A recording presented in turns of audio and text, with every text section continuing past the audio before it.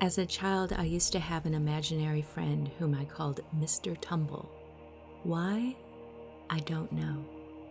Apparently, I had this imaginary friend since before I could walk.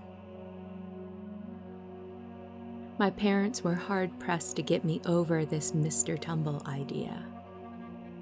Now here's the weird part. When I was asked to describe Mr. Tumble, instead of giving a description as a child would of their imaginary friend, I'd say that I'd never really seen Mr. Tumble. He's just there in the shadows. When I got a bit older, when asked again to give up this Mr. Tumble nonsense, I would throw a tantrum and insist that Mr. Tumble is real. He was a soldier in the war and they used swords. He told me so. Things came to a heated argument one night between my parents. My mom wasn't thrilled at all that her little girl wouldn't go out and make friends like other children, but would insist on playing at home with her imaginary friend. And my dad thought it was okay. It was just a phase I would grow out of.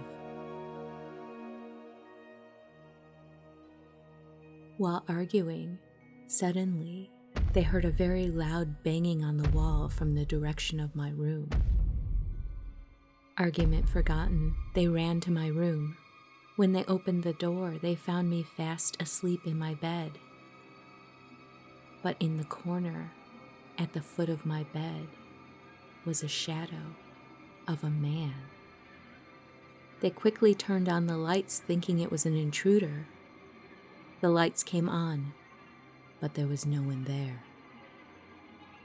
Yet, at the foot of my bed was still a shadow. My parents started to panic when the shadow moved towards me sleeping on the bed. It reached down and looked like it was stroking my head, and then it turned towards my parents and pointed at them, then vanished. My parents were so shaken by this that they took me into their bedroom with them that night and for many nights to come, but they never again doubted the existence of Mr. Tumble.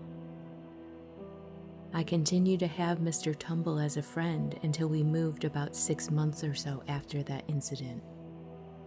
I have absolutely no explanation for this, nor do I remember Mr. Tumble. My parents, great aunt, and my grandmother told me that this was what happened when I was 3.